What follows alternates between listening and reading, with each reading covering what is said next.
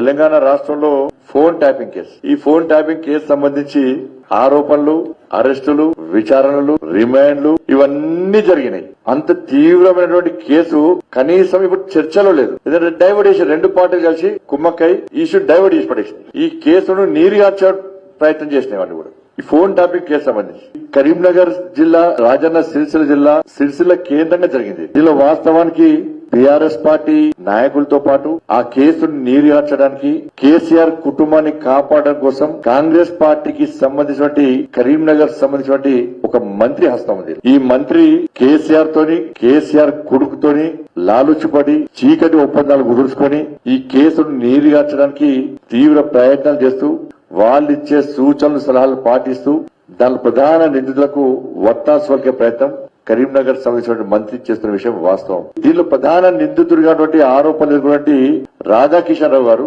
ఆయన పోలీసులు అరెస్ట్ చేసిన తర్వాత విచారణ సమయంలో చెప్పిన విషయాలను పోలీసులు స్టేట్మెంట్ రికార్డ్ చేయడం జరిగింది. ఆయన ఏం చెప్పిండు?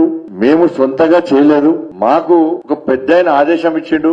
పెద్ద ఆయన ఆదేశం ఇచ్చినట్టు ఏ పెద్ద ఆయన అడుగుతూ కూడా స్టేట్మెంట్ క్లియర్ గా ఉంది. ఏం పెద్ద ఆయన అంటే కేసీఆర్ యొక్క ఆదేశం మేరకే మేము ఈ ఫోన్ ట్యాపింగ్ చేస్తామని చెప్పి క్లియర్ గా ఆయన ఇచ్చిన స్టేట్మెంట్స్ ను పోలీస్ అధికారులు క్లియర్ గా రికార్డ్ చేసి పెట్టారు. పోలీస్ రికార్డులో ఉంది. మేము కేసీఆర్ యొక్క ఆదేశాల మేరకు ఈ ఫోన్ ట్యాపింగ్ చేస్తాం. వాళ్ళు ఏ వ్యక్తుల పేరు చెప్తే ఆ వ్యక్తులు, ఏ లీడర్ల పేరు చెప్తే ఆ లీడర్లను ఆ ఫోన్ నెంబర్ ఫోన్ ట్యాపింగ్ చేస్తామని చెప్పి పోలీస్ విచారణలో రాధాకిషన్ రావు గారు ఒప్పుకున్నటువంటి స్టేట్మెంట్ ఇది. ఈ సర్టిఫికేట్ కాపీ మేమే తీసుకున్నాం. ఇది ఇవాళ కాంగ్రెస్ పార్టీ మీద అనుమానాలు వస్తున్నాయి. ఇవాళ రాధాకిషన్ రావు గారి స్టేట్మెంట్ లో కేసీఆర్ ఆదేశం మేరకే మేము ఈ విధంగా ఫోన్ ట్యాపింగ్ చేస్తామని చెప్పి ప్రధాన నిందితుడు ఆరోపించినప్పుడు మరి రాష్ట్ర ప్రభుత్వము ఈ విషయంలో ఎందుకు క్రిమినల్ చర్యలు చేపట్టలేదు? కనీసం 41 నోటీస్ ఎందుకు ఇస్తలేదు? ఇవాళ ఆరోపణ పక్కగా స్టేట్మెంట్ ఇచ్చారు. ఇవాళ మీరు స్టేట్ పోలీసే క్లియర్ ఉన్నదిల్లా ఆరోపణలు వచ్చినప్పుడు కేసీఆర్ కుటుంబం మీద ఎందుకు చర్యలు తీసుకోలేకపోతుంది కాంగ్రెస్ పార్టీ ప్రభుత్వం?